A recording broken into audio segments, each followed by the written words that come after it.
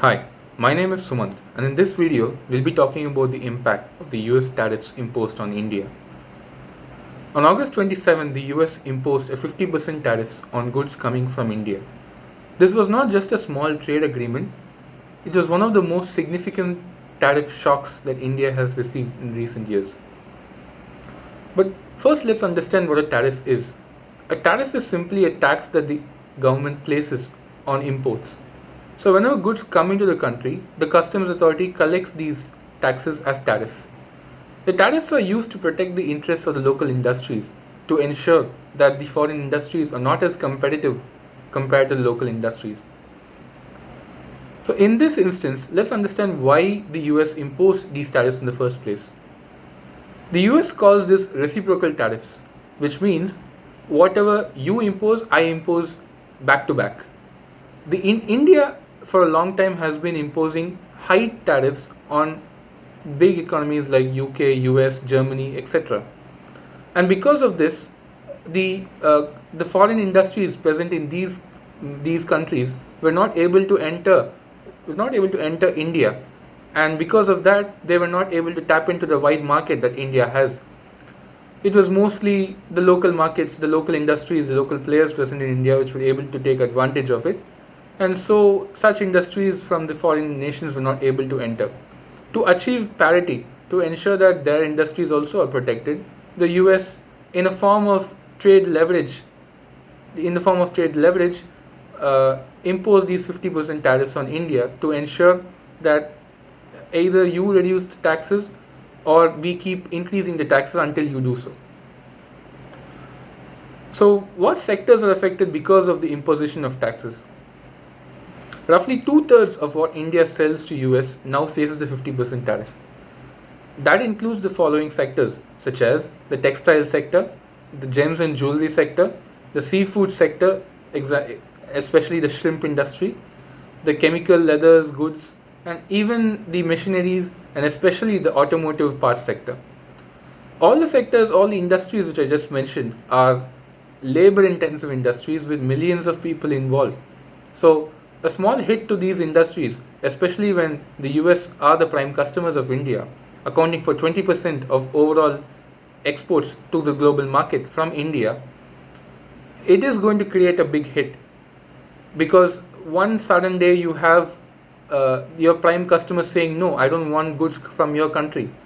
In essence, these tariffs are exactly that, because if a country such as yourself has 50% tariffs and there's another country with only 25% tariffs, it is obvious as to which country your customer is going to go for.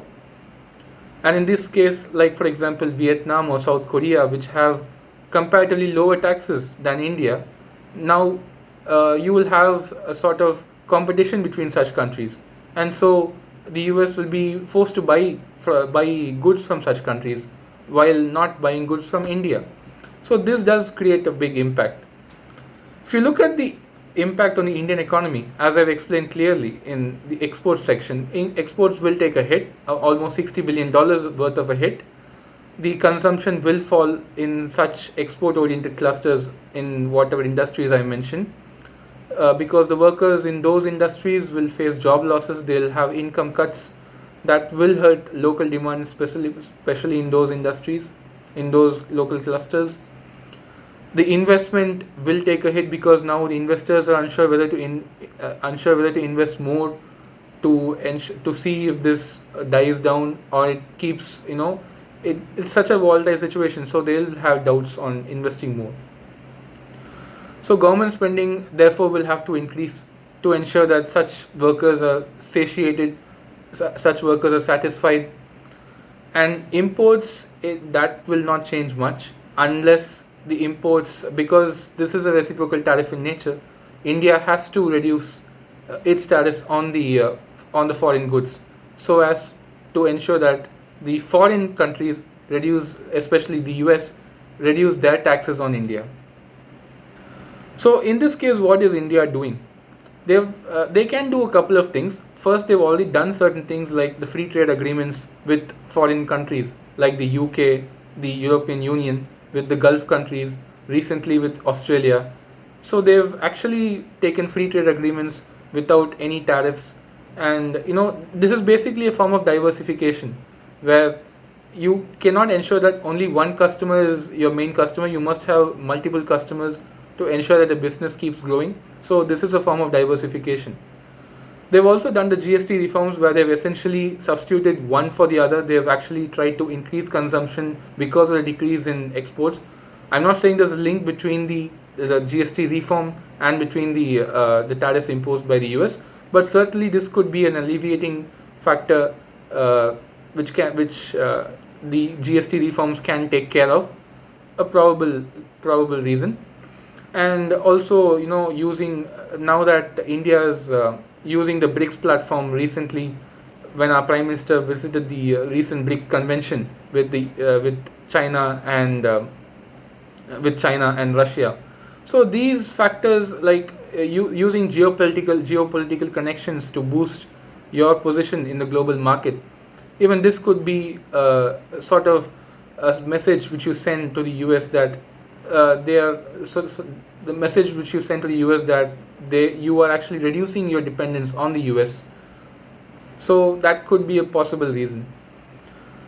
But another possible way to do this is to possibly wait it out, because the US cannot create industries on its own at a moment's notice.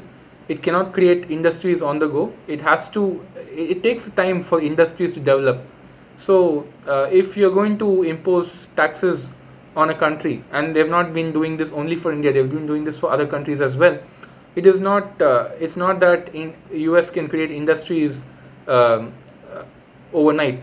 So because of that, India, maybe they can lower their tariffs on these foreign countries, and yeah, for now that is what India can do. So, to sum things up, the tariffs are nothing more than just a tax, but they are actually, as we've seen in this case, they are weapons used in the global economic game. So for India, the tariffs are not only a shock, but it's a wake-up call. It is a wake-up call for them to ensure that they cannot be over-dependent on only a single customer. They must have multiple customers. They must ensure diversification. They must ensure multiple countries. They must ensure the business, propagates to multiple countries in the short run and in the long run. And with that, I end my video. Thank you.